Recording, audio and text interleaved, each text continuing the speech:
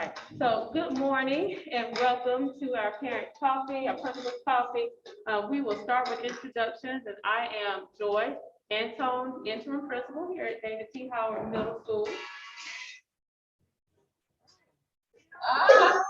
That's very good. I'm trying to be the middle school. I'm Josephine Caproni. I'm the sixth grade assistant principal and also testing coordinator. Hello, everyone. I'm Marcus Smith. I'm Dean of seventh grade students, 504 contact, and also family engagement leadership team. Hi, good morning, everyone. My name is Corey Davis, and I'm the new instructional technology specialist. And we also have Officer Aaron Dowling coming in. He'll be here shortly, but he's one of our school resource officers. And of course, the lovely Ms. Sarah Neal, we are in her space this morning. So, but we will go ahead and get started, just being respectful of your time. And so as we transition, we did have the PTO sign in that we had from the last time. So if you will, take a moment to make sure that you sign in. And we do have some of our special guests here this morning. If you would like to wave and just say something in terms of PTO. We have Miss Susanna Roberts here. Is that me? Hey, I'm Susanna Roberts from the PTO president. All right. I'm Aisha Stith, VP of Communications, and also if you have not paid your PTO dues, please do so today. Thank you. Thank you. Thank you. I'm Nicole Burton, and I'm the parliamentarian of the PTO. All right. Thank you and welcome. Welcome everyone. So we'll go ahead and get started. We do have an agenda that we'll go through, and at the end, we'll take questions. And so we'll talk about map testing updates, behavioral and emotional screeners, proficiency beyond. That says student discipline there, safety and security, family engagement, the school calendar, sports clubs and organizations, okay? And so as we get started, we have a little video here, but our sound's not working. But we just wanted to make sure that everyone is familiar with that. And APS 5 is basically what our district is using as a whole to make sure that we reach our district's strategic goals, okay? And part of that are 5 key areas, which is data utilization, curriculum and instruction. And I want to talk about that once I list all the 5 areas. Curriculum and instruction, where we use Amplify, ELA, and math, because we did have a question about that. Math 180 and Read 180 and System 44. And those are our intervention required materials that we have to use. And also units of study that our science and our social studies teachers actually use, okay? We also have to work through whole child and interventions, personalized learning, and signature programming. And so those are the key 5 areas that you'll hear about probably through the district as well. As they roll out different things, you'll hear that APS 5. In terms of data utilization, we use data for everything in terms of attendance, behavior, academics, whether it's MAP assessments or benchmark assessments or grades, anything that we do and everything that we do, we use data to inform our decisions, even down to the classroom, looking at that student data and making sure that we're addressing our instruction, our student needs down to that level. Also, with the whole child interventions, part of that is our response to interventions or multi-tiered system of supports, where students may have a tier 2 or tier 3 plan of where they have some areas of deficits. And so that's one aspect of that. But also this year we have a care team. And that care team is led by our school social worker. And they meet almost weekly or every other week to look at what the needs are in terms of providing wraparound services for students, looking at the attendance and just making sure they're having incentives for students as it relates to attendance as well. But our deans, our counselors, ourselves, our school clerk in terms of attendance, they all work together to look at that. Personalized learning, we actually work through that in various ways. Part of our intervention block is personalized to the student in terms of they had to do a diagnostic, and it's geared towards each individual student, and they have multiple tools that they're using during that period to address students' academic needs and learning loss due to the pandemic. However, another aspect of that is that our school district is rolling out a personalized learning pilot. And there are some schools who are in the first wave of doing so. And so we did have some very eager and teachers who really wanted to be a part of that pilot. And Mr. Corey Higgins is leading that process. And so you want to share just a little bit about that, Mr. Higgins, before I talk about Amplify? All right, so to just share what personalized learning is, according to the U.S. Department of Education, personalization refers to instruction that is paced to the learning needs, tailored to learning preferences, and tailored to the specific interests of different learners. We are one of 14 schools in the district to start in the wave 1 of this initiative.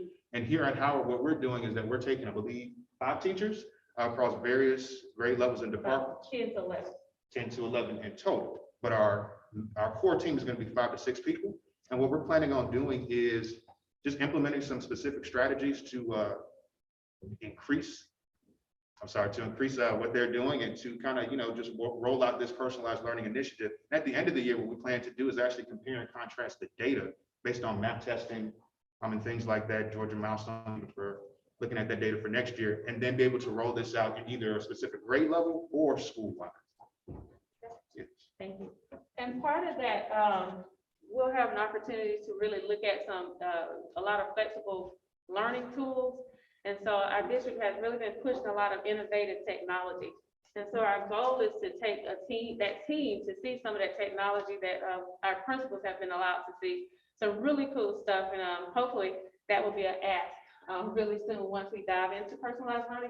But I want to talk about Amplify ELA and math because there were some concerns about that in the questions. Amplify is the mandated curriculum through the district, okay? I know in middle schools, it's Amplify ELA and Amplify math. This is the second year of implementation in ELA fully this year. It wasn't implemented as last year like it was this year. Math, this is the first year implementation. And what I find that, with any new program or any new curriculum, you're gonna have some kinks and things to work through. So our teachers are learning that curriculum. There are some differences in terms of what we used to do in a previous curriculum versus this year. For example, with Amplify Math, it is very rigorous. And one of the big differences is we're not using the gradual release model. When you were in school, you may remember okay, as a teacher, I do, we do, you do. And just really allowing the students to really see me do it first. That it looks a little different now, okay? And they allow the students to kind of work through those problems and problem solve before they may even see the teacher work through it. And that I know can be frustrating as they arrive at those their results and their answers when they're in class. And it is a different way of doing math. It's very rigorous. However, one thing to note is that as we're working through that, the district has solicited feedback from the school so we can make sure that we're all working through and we can make sure that we feel successful and that our students are ultimately successful with that curriculum in terms of math. And we do have 2 to 3 teachers who are part of roundtable discussions to make sure that we are addressing any concerns that our teachers may have as we roll out this new curriculum. But that is our Amplify ELA and Amplify Math. And we as a school, we've been working with district coaches and just consultants to make sure that we let them know if we have any issues or concerns or things that teachers need to make sure that they understand to make sure that students are successful. We've been working with different support groups to make sure that we make that happen. And so that's part of our district mandated curriculum, Amplify, okay? And with signature program, of course, we've been college and career for the past few years. And this year, our cluster is undergoing exploration. We're trying to figure out what we're going to do as a cluster in terms of when it comes to signature programming. The last cluster meeting we had for our parents, we looked at the differences between IB, International Baccalaureate, and STEAM and STEM, okay?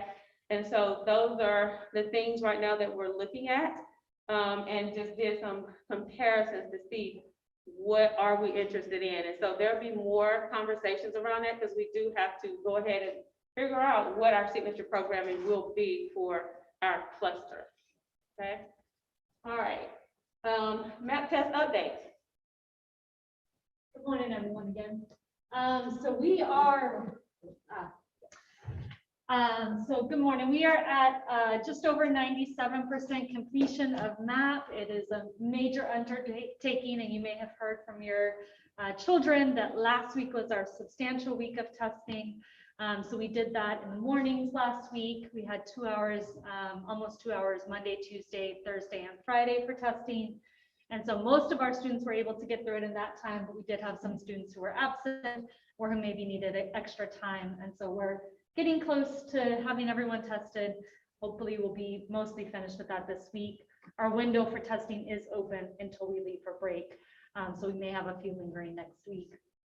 As Ms. Antone said, we do use the MAP testing to see how our students are growing, and also to look at placement in things like our PMB block. We also use this data to see if students might need additional support through the MTSS process. So we do use this information for a variety of factors.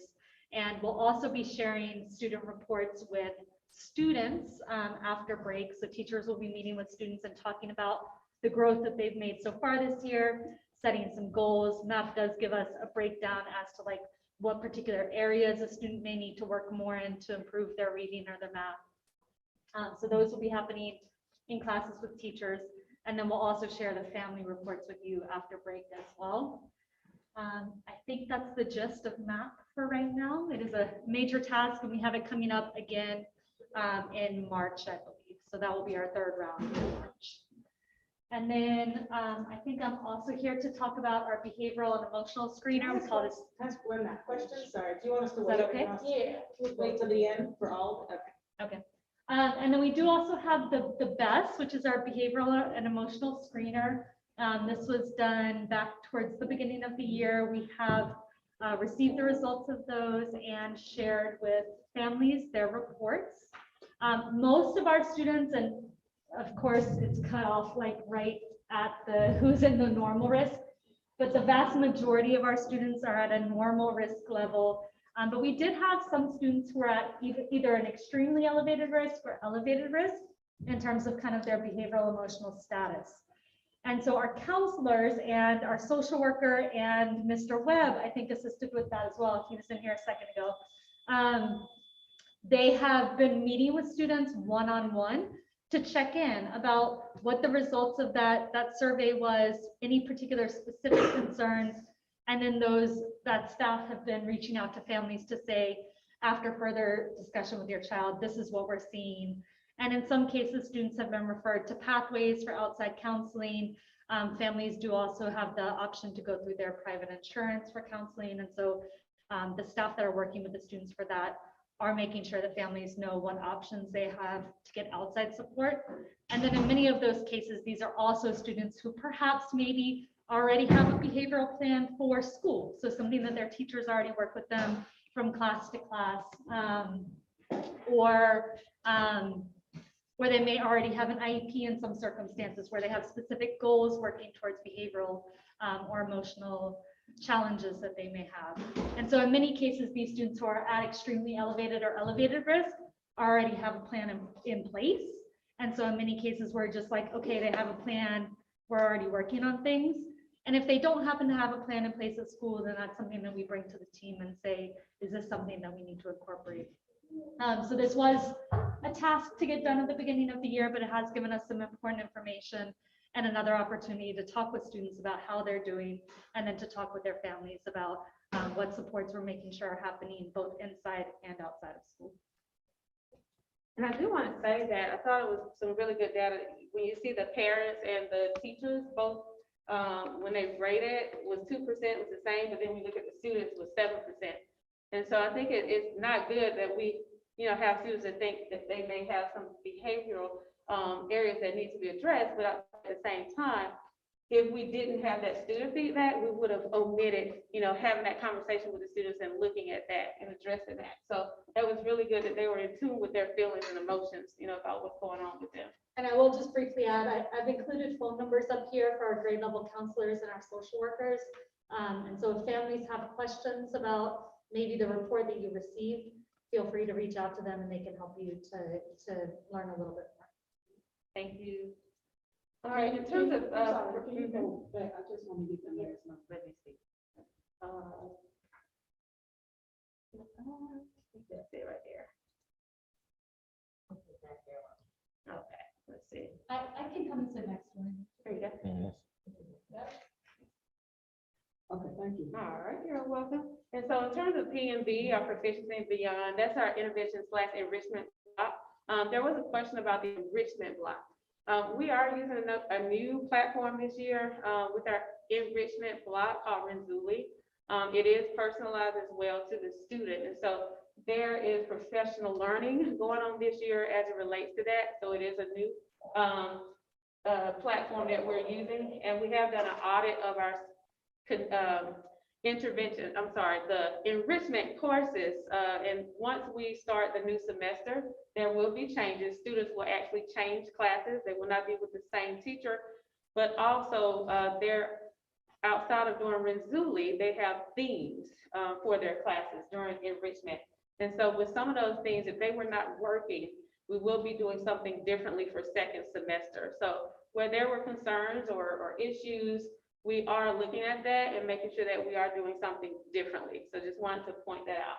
Because all of our enrichment teachers, we're doing at least a couple of days with Renzulli and then a couple of days on their themes. For example, our chorus teacher, they were reading a novel and doing a novel that also had a movie. And so, they would do different activities with that novel as they were reading it and also watch the movie and be able to critique and do activities comparing the two. And so, but that is something that we have looked at, and our assistant principal is working with our enrichment teachers to make sure that we make changes and updates. In terms of student discipline, I know this has been major, a huge topic this year, but I do want to draw some information in terms of what's happening and what we look like this year in terms of student discipline. And we often get questions about violence in the schools, okay? And so one thing to understand this year is that when our students return from being in, virtual learning, being at home for almost 2 years, they brought a lot back with them, in terms of a lot of our kids had some things that were going on at home that they may not have experienced had they been in school. A lot of abuse, just different things. A lot of things were happening in neighborhoods. And so initially when our kids came back in, there was a lot going on. We had fights, a lot going on, and just the rise of extreme events throughout the district. And so it's not something that just happened in our school, but it also happened across the nation.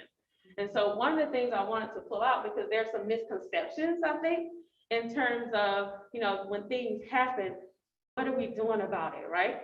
And rest assured that when things happen, especially those high-level offenses, those things, such as fighting and recording fights and any kind of violence, and Mr. Smith, Mr. Webb, all of us, the APs, myself, we work to make sure that we address those things and we tackle them. It takes a lot of time and effort out of our day to do thorough investigations and get all the information we need, and do understand that just because we can't tell you what it is that happened with that student doesn't mean that it wasn't addressed, and it wasn't addressed aggressively. And just to give you just a point of information, we have worked so hard this year trying to make sure that we tackle those types of things, that we've already had 12 students that were referred to a tribunal hearing. For me, that's a lot. That's almost 120 days of out of school suspension alone, okay? That's a lot. And so we're trying to make sure that there's a message sent that no, we can't do these things. And I wanted to share some data with you in terms of, hopefully this will come up, out of school suspension data. And so, all right, let me go down. All right, so what I did was I wanted to see what we look like compared to all other schools in the district, middle schools, okay? And what I did was I erased the names of all the other schools because I don't want to share other schools' data. But of all the middle schools, when I took a look at it, we need to understand all of our data. What do we look like? Are we, when you look at this, Howard is the second to the lowest in terms of out-of-school suspension rates. Because when you have high-level offenses, what's going to happen is 9 times out of 10, those kids are going to be suspended to a hearing, okay? Or if they're not suspended to a hearing, tribunal hearing, they're still suspended for some length of time. And so we're the second to the lowest of all middle schools. And you can see how great those numbers become.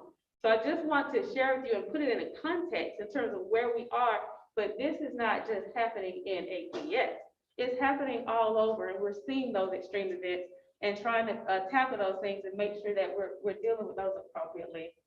And then also another trend that I saw was that, and this is all middle schools, when you look at the suspension rates by grade level, this is the same thing. Our 8th grade numbers are the highest, okay? And across the district, it's the same. Our 6th grade numbers are lower, and then 7th, and then 8th.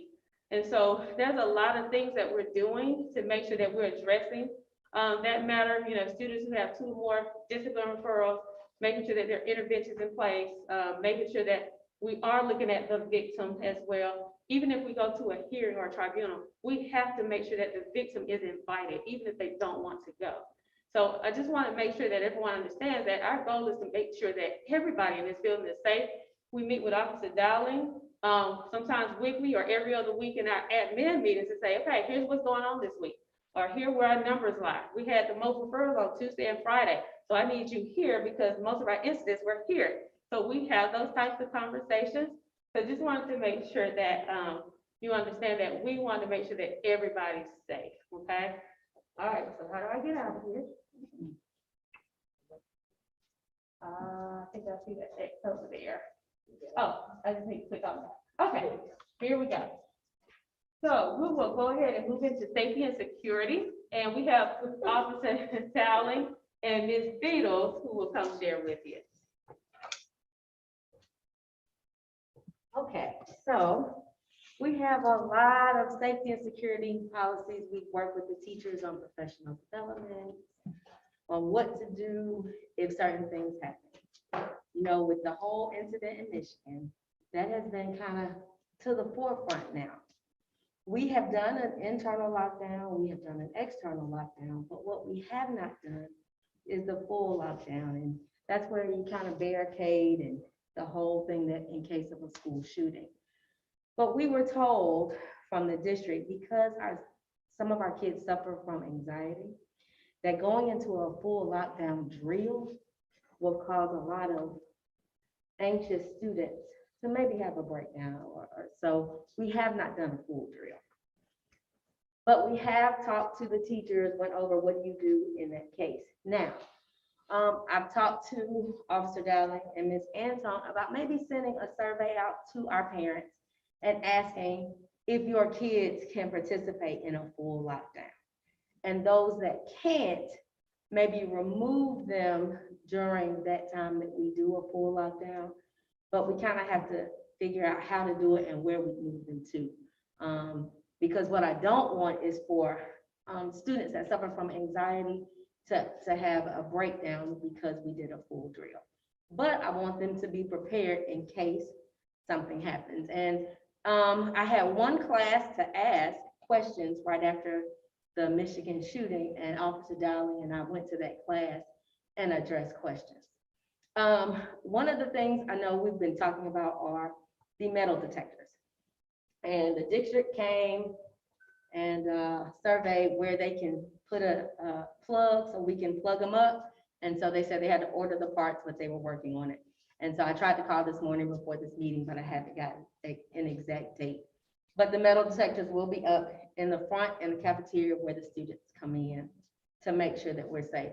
We do check bags every morning, but I am going to go over with Officer Dowling on doing another professional development with the teachers on truly searching bags to make sure that we kind of get away from any weaponry that brought in, because some weapons are not gonna be even with the metal detectors. So, outside during lunch, I know a question was asked, what do we do if something happens during lunch? We've talked to the teachers, and teachers and administrators are outside with the kids. And Officer Dowling and Officer Reed do come in and sweep during that time. They're kind of in and out of the building to make sure we're safe inside and outside. But during the lunches, they do kind of go out and sweep the area. Well, the gates are shut around the building. It is, we can't lock them due to laws with it being not safe if a fire truck has to come. So we can't lock the gates, but they are closed around the building. So kids aren't just up and leaving, but we do keep them safe in the compounds of the field. It's getting a little cold now. A lot of kids don't really want to go outside, but in the case of an emergency, we are all out there to assist in getting the kids back in. Traffic and crossing guards. We have someone at every intersection, I think, except that one. For a minute, I don't know if you all have seen, a couple of our crossing guards kind of quit and got jobs other places. So we were without one for a minute, but we're back because one of the crossing guards that quit as a crossing guard, we hired. And so in the afternoon, she is stationed out here. And Mr. Smith is out here, I'm outside, Ms. Caproni's outside. There's several of us out there. And then the police officers are strategically placed around the building to watch out for our kids. I did all of those. But I brought Officer Dowling up here just to kind of discuss some of the things that are going on in the building. And I am gonna solicit a couple of parents to be on our safety and security committee to kind of get their feedback on things that they would like to see. There will be certain things we can't share with the parents just for the safety of the kids and everybody in the building. But we are gonna solicit a couple of parents to just come on to the safety and security committee, kind of give us some feedback from parents on what you'd like to see, some things that you see that we might can improve on, you know, just to kind of get a parent's perspective. Now, I have to keep in mind, I'm a parent, but when I talk to y'all, I have to be the administrator, not the parent. So just kind of getting that. But Officer Dowling, I don't know if you. Yes, kind of what we do, Officer Reed and I, the interior and the exterior of the building, throughout the day, we're sweeping each level, checking bathrooms, restrooms, things of that nature, corners that our cameras can't pick up, we check those areas as well. Doing changing of classes, we're in the hallways to assist with the teachers and the administrators to make sure that we have smooth transitions. And anytime that we're outside, we sweep those areas as well, as most people say, interior and exterior. So we're here throughout the entire day to make sure that we're all safe. And then when things happen in the news that are close here, and I get my alert on the phone, I call Officer Dowling or Officer Reed and say, hey, this is what's going on, tell me what to do, or, you know, can you call dispatch and see if we are, you know, within the vicinity, or if it's something we need to do. So I'm constantly going over things, like when they had the ammonia spill, I called him and said, hey, there's an ammonia spill near our school, you know, do we need to evacuate? Do I need to keep the kids in the building? And so we kind of go back and forth and talk, and he'll call dispatch to find out if we're in an area in which we need to do something, and then we actively do it. Now, I would like to ask that parents are patient when things happen here, because I have to get the kids and the teachers safe before I can address parents. And a lot of times in that moment, I'm only working with kids, making sure the kids and teachers and people in the building are safe. So I just ask that parents are a little patient when things happen and your kids send you a text and say, we're on lockdown. If it's not, because if it's a true full lockdown where it's an active shooter, you're gonna know. But we don't want parents to assume that we're in danger and it may be a medical situation.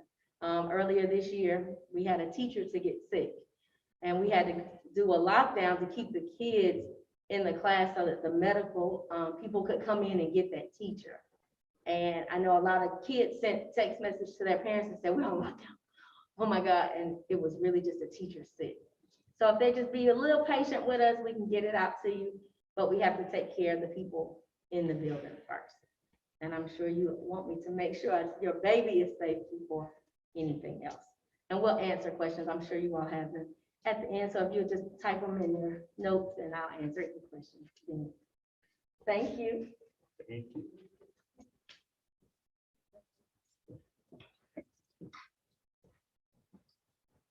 Okay, all right, engagement.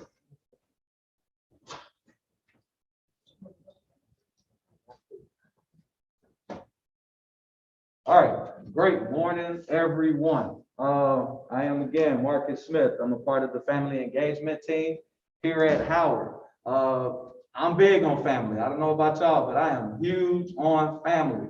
How we operate in this building, in this school, is all about collaboration and family. I'm from the South. That's just me. That's what I'm used to. But just some highlights on some of our school goals. We have like prioritized goals in 3 areas. One is execute strategic family engagement. The other is collaborating with community. And the last one is collaborating with family. And with each of those domains, we've had goals, right? So in the executing family engagement, one of our goals was to kind of join the old 4-4 Business Association. Guess what? We've done that. Ms. Allison Dorfler, she's a part of that now. So we've kind of knocked that out the box to kind of get familiar with a lot of the businesses in the old 4th Ward. Another one is to partner with 2 to 3 businesses. Again, partnerships. Everything now is about relationships. So you rarely, again, we know we need money to thrive a lot of the time, right? But most of that thrives off of just having a relationship with the businesses in the area. And the last one is the school's administrative team to identify needs of engagement with parents. So I could skip down to that part with collaborating with family. We're doing it now, having a parent coffee. We also have our parent university. Now, I want you guys to be a little bit understanding. We had a transition. Ms. Poe is not here, who usually was running the family parent university, right? So what we're doing, we're getting with Mr. Hagens to try to see if we can kind of keep that rolling out, making sure we get suggestions on topics that are needed to be able to discuss, and we'll get that going, all right? Because again, school, there's a lot of working parts in the school. I want to tell y'all that, all right? Also, just some updates. Georgia State has partnered with Howard Middle School, okay, through their CREATE initiative.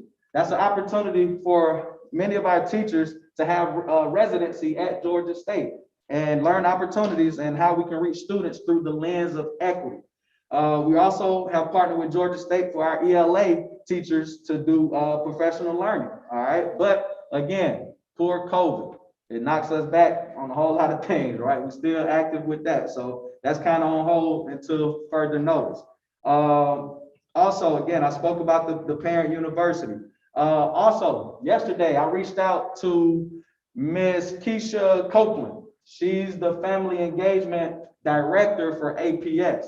And I know we spoke about having a survey to try to see what do families need. When you talk about the social emotional support from your child, again, things have changed for you and they have changed for them. So being able to reach out and understand, connect with our wellness centers throughout the city to see how can we get to that psychological aspect of them to be able to overcome their barriers.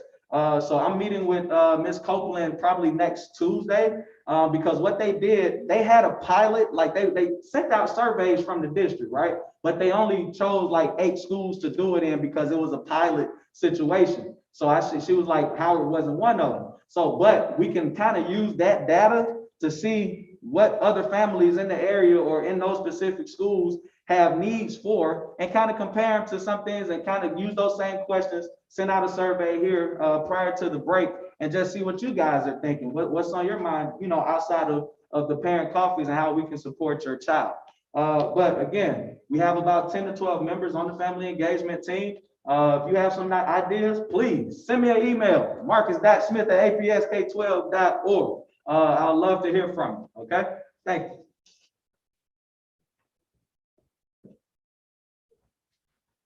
Right, okay, all right, moving right along. School calendar, basically, sweet and simple, we want to make sure and encourage everyone to vote on the school calendars, for the next, 3 years? That is really important, and from the question we received, I think, and please let me know if I'm wrong, what I'm hearing is that we want to make sure that our district selects the option as soon as possible, basically, because I know that a lot of students just being in different meetings, community meetings.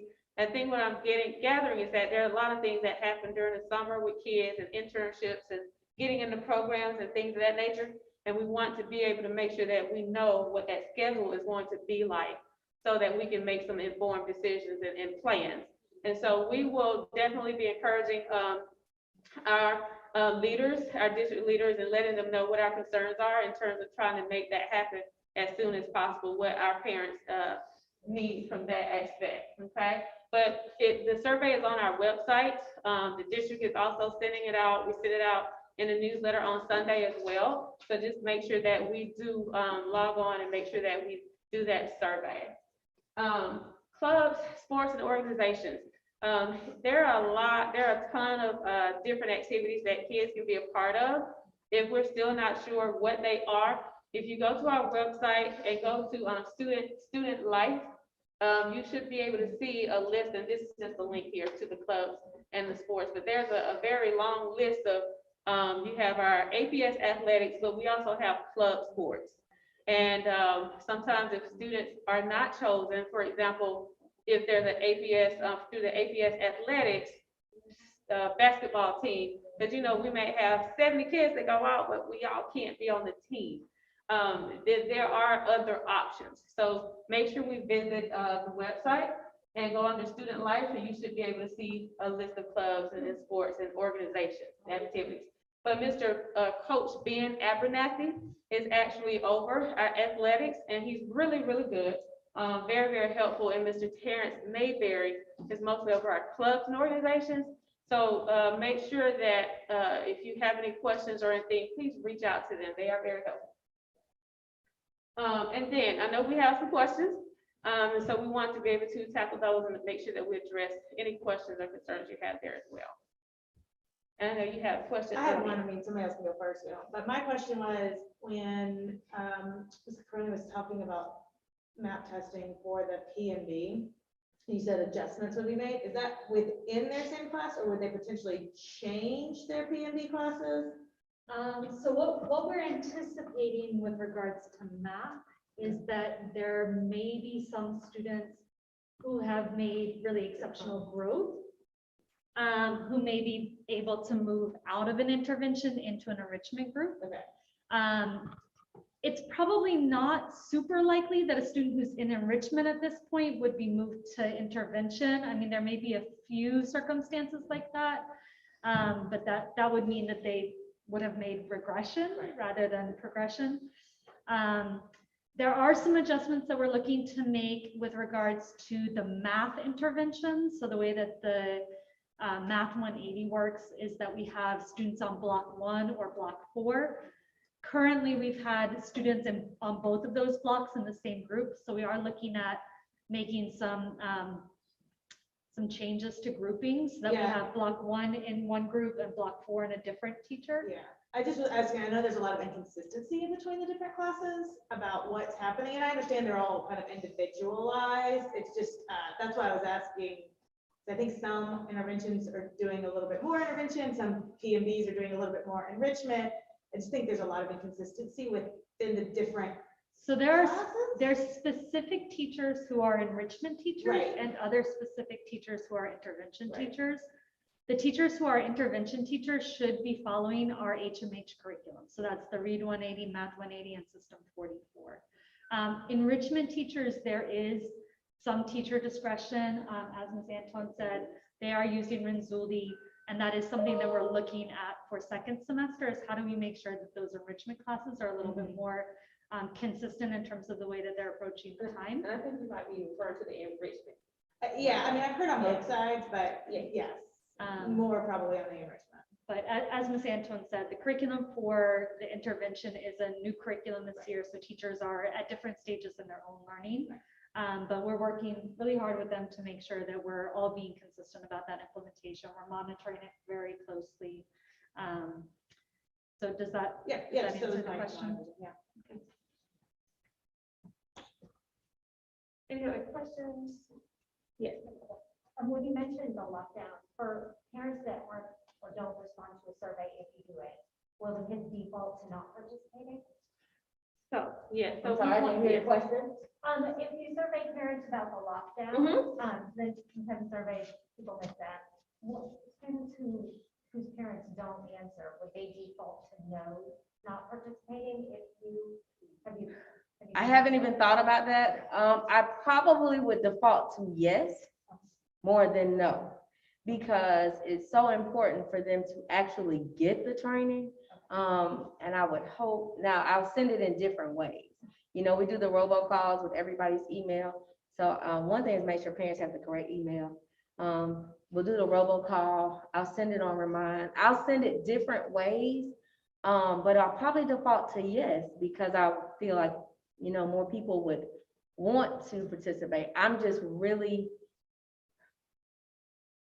cognizant of our kids who really have anxiety. That would, and I just know from experience, one of my girlfriend's daughter suffers from anxiety, and they had a lockdown, but they forgot to tell them that it wasn't and it was a kid in a special ed class that was really having a hard time, and they were right next door, and she swore it was bullets flying in the next room, and she lost it. And so that's why I'm really kind of like, well, I gotta really reach out to those parents whose kids have anxiety, because they have to know if they don't want their kids to participate, we have to, you know, send them somewhere, but we do need to have the lockdown. I'm sorry. Go ahead. I know you talked about crossing guards Mhm. around here. I know there's not a lot of kids, but there are kids that cross Boulevard, and that is, You talking about way down there? yeah. Uh-huh. I know it's not a lot of kids, so I just think the school should be aware. That's a tough street. Well, you know, I park over there and walk, and my son walks to there. It's not a lot of kids, but it's kind of a tricky intersection right there with the number of people trying to get on that highway and running that light. It is. It might just be a reminder for those kids to really be aware of people who are trying to turn quickly and use the light there. So it may be something, Ms. Stiff, that we can kind of talk to the parents and the kids that possibly go that way. Okay. And kind of And have I a know meeting with them. we've worked on this at Hopewell. That is absolutely something we've got to continue to reach out to our city council about. I'll give you Amir's phone number. That is a big, and it's been a big problem at Hopewell for years as well. So as we can continue here, but that's a city issue as well with that intersection. If we can continue to put pressure on the city to help What is us. it that you're asking? They need to do a traffic study there and get a turning signal, and then also a better walk sign. Okay. They haven't timed those lights in years, Okay. so a lot of the infrastructure over here hasn't caught up to the development. Okay. And so I mean, there's a little stuff we can do with reminding people, but when it comes to outside of our quadrant, those lights need to be retimed with the new influx of traffic over here. Thanks. So they need a traffic study, is really Okay. the specific you're you- asking for. Can you send something out to kind of get more parents to, Yes. and that way it's We off can of get us? something out, yeah. Yeah. We need to remind parents here, but Yeah. to really get the problem fixed, it has to go through the city. Right, but at least if we get more parents involved Yes, to kind of put, yes, and our go team with the Hopewell go team. there as you well. go. Okay. Is there any space for the parent community to volunteer now? I know at my son's elementary, we're allowing some just to relieve administration or teachers of some work. So your child's school, if they're APS, are not following their guidelines. And so right now, we are steady with these guidelines. Soon as these guidelines are lifted, believe me, I'm gonna be like, hey, Susanna, can you come in and do such and such? Can you? Because what I don't want, and what will happen is, I'll say, okay, let everybody come in, let's have volunteers, and then something will happen, and it'll go back and it'll be, well, you're not supposed to have volunteers in the building. And so we After follow hours as rules. well? Hmm? After hours as well? We're not supposed to have anybody. We can't even rent our facilities. There is a company that wants to film a movie here. We can't allow them to even come into the building. And so it's kind of a, we're, And there's a lot of assessment going on in Right. January. yes, from even with the APS mask. standpoint. As they look at DeKalb and Fulton, community health, the reports that are coming out, there's even a possibility that masks may be optional. So, crossing our fingers, Right. second semester. So, yeah, because Okay. in January, they meet, the board meets, they say what they're gonna do, whatever, and then hopefully at that point, they can say, we're gonna lift it to allow parents into the building. That's what we're hoping for, because, this school has always been a school in which parents volunteer, come in, that's what we're used to. So this year was quite different even for us, because where we could call on parents and say, come into the building and can you do X, Y, Z and whatever, we couldn't this year. And we ended up doing it all by ourselves, which makes it a little difficult on admin, but we have to get through it. So we are definitely pushing and hoping for volunteers and hoping to, to open up. This is a brand new building that we would love to see filled with the community, but we can't right now. And so, soon as I hear, you best believe, Okay. I'm going to be sending, because I know parents have emailed me and I'm like, I'm just waiting. As soon as it's lifted, I definitely will be opening it up. What is our COVID protocol? If For- a child has or is exposed to COVID? If a child, okay, so if we get a report from a parent, Nurse Kelly will call that parent, get some information and fill out. It's a thing we have to do with the state health department. At that time, we have to determine when was the last day the child was in school. If the child was in school today, let's say they found out today, then we have to do for the past 2 days, who the child has been around. Has the child been around any student with their mask off for 15 minutes or more? And usually that's lunchtime. Any child that has been around that child with their mask off for 15 minutes or more, we have to check to see if they're vaccinated. If they are vaccinated, then we just send them a letter home saying, your child is exposed, but because of vaccination, they don't have to quarantine. If your child is not vaccinated, then your child has to quarantine for minimum 7 days. After the 5th day, you can have your child tested, and if the test is negative, they can come on back on the 5th day, yeah. And then if they test positive, then of course we move on to the same thing.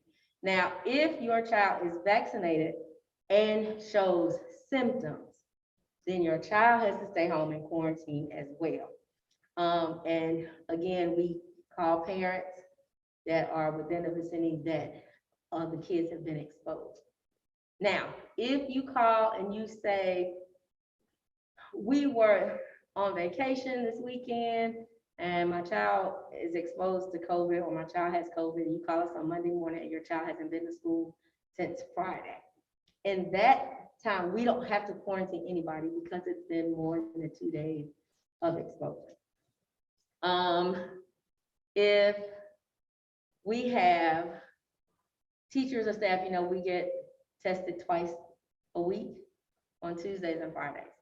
If a staff is positive and is vaccinated and shows no symptoms, then we don't have to quarantine. They have to keep their mask on, but keep them anyway.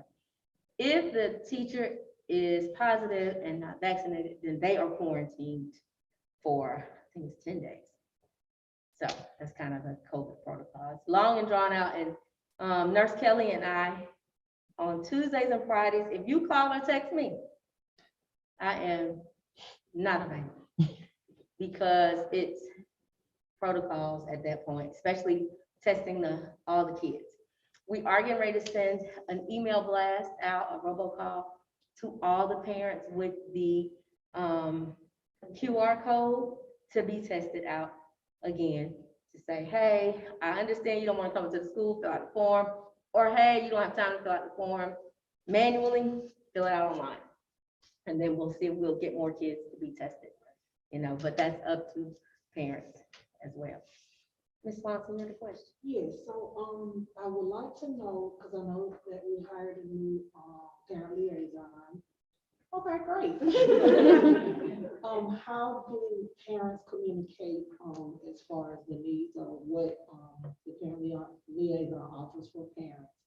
As well as, I got an email about the, Spelman, teacher certification. Is that for, like if you want to sub in classes, or how does that work? You want to be a certified teacher? Okay, so that's not like you have to go for the 2 years, it's just a certification. Right, well, usually with certifications, let's say you got a degree in, I'll even use myself. I have a degree in biology, pre-med. And if I wanted to be certified, I could go through that program and in a year, be a certified teacher. Okay, so is there a minimal of education, like if you have an associate, is it still So the same? for a teacher certification, you have to at least have a bachelor's degree. And then the certification program gets you the certification to actually teach. But you might be able to be a paraprofessional. You can be a That's what I was para. asking as well. You I was can- gonna ask that. Well, hold on, I'll tell you about the teaching certification first.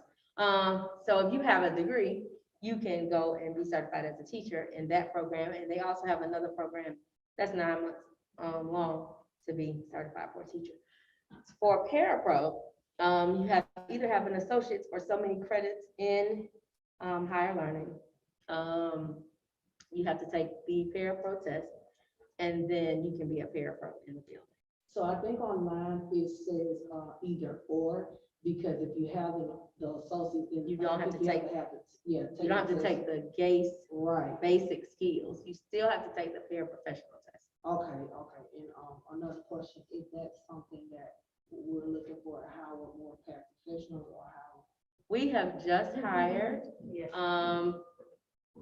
I think we hired 5, but we added additional paraprofessionals for each level to assist in the cafeteria, to assist with tutoring our kids, because we hired people who are actually getting their degrees to be teachers to help with the tutoring in the morning in the PMBs.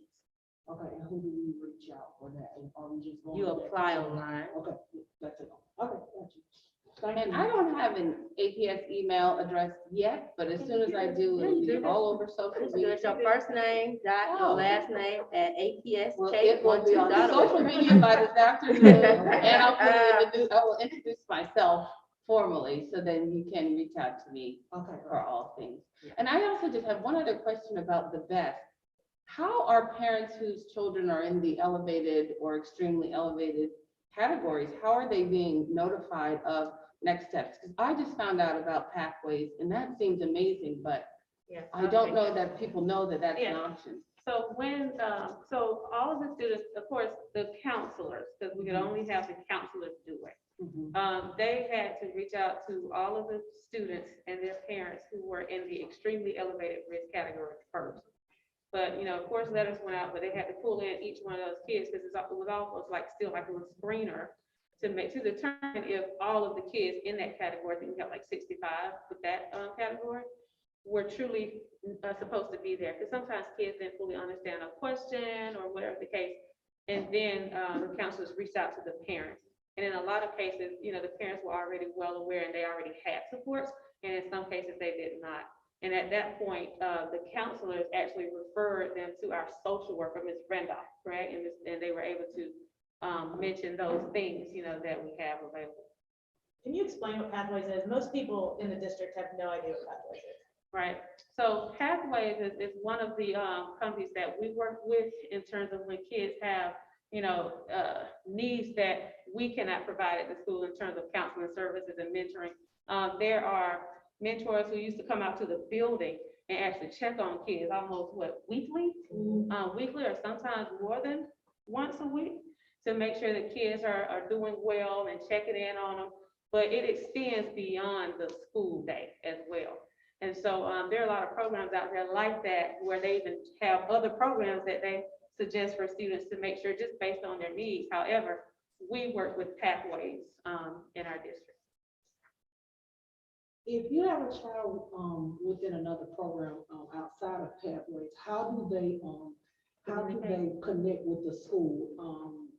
Because I do know that, that's one of the options, but if they're already receiving services somewhere else, how do you, because I know that they, like you said, because of COVID, they're not allowing people into the building, but how do they connect that as far as with school? Yeah, well, the best thing to do if there's something going on is always to connect with our social worker.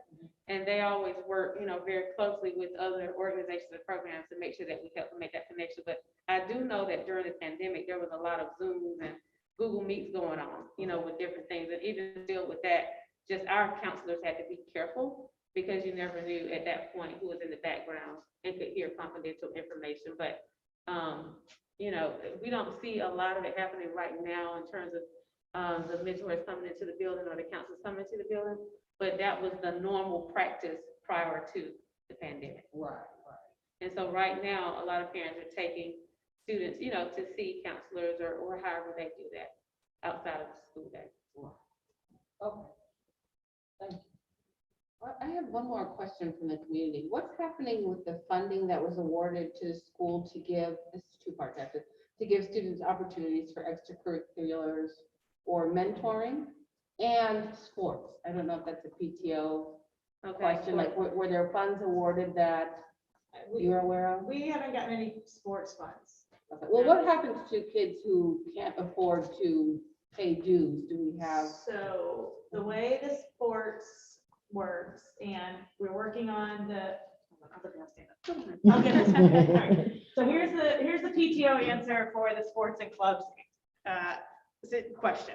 So because we transitioned over here to Howard and we left Inman, we had to buy new uniforms, everything had to be rebranded, all of that kind of stuff. That didn't happen last year because we didn't have sports.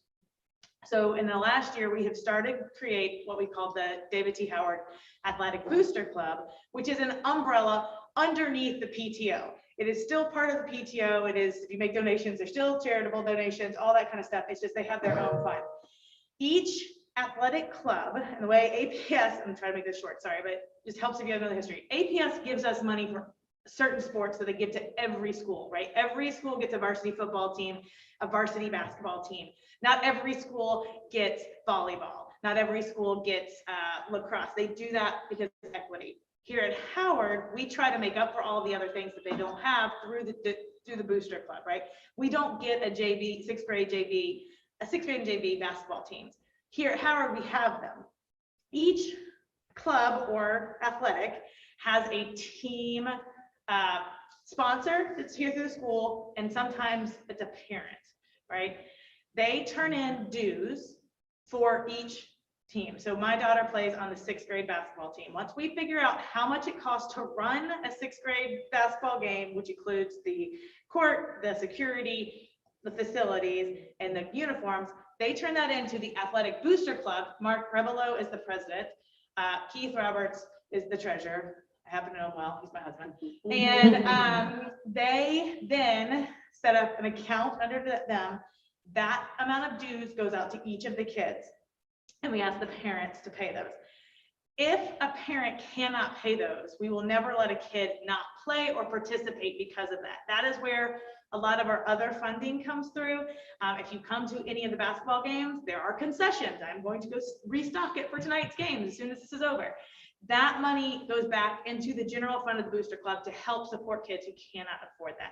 We are still working on all of the rest of the clubs. Clubs are a little bit weird because we have like drones is run by an outside program. And we have, that has dues for it. And then we have the dance team who's run by a teacher here, which also has dues. So we're still working on all of those logistics because we are kind of driving a ship while we're building it. But everybody will participate. We won't hold anybody not to participate, but we ask everybody to give what they can. And if you can't give, we do ask to help fundraise in other ways. Are there questions about that? I have one question about the, I know you said that some of the programs are outside programs. How do you incorporate that within the school? How would you go to APS to apply for that as well, or To run a program here? yes? That is Yeah. them, and that's through the district. They have to approve all of that kind of Okay, stuff. so you go on the APS website for that? No, it's a That's a whole other thing big that we can talk about offline Yeah. on that one. But for anybody here, we don't turn away people who want to participate. And we don't have, it sounds like we don't have separate funds that were awarded for that. We do not have anything that has come from the district. We will take anything. And if you would like to make a donation, I will let you know. And to the PTO or to the Booster Club, it's all the same money. And the district has not been awarded funds for that. All right, I will say it is right at 10:30, 10:32. And so we did well, in my opinion, and, I do thank you all for your time and, being here this morning, and, if you have additional questions, of course, you can let us know, and we will try to address those as quickly as possible. But thank you all for coming today and, being a part of our coffee this morning. And enjoy the rest of your day. If we don't see you again, happy holidays. And if anybody has other PTO questions, I'm happy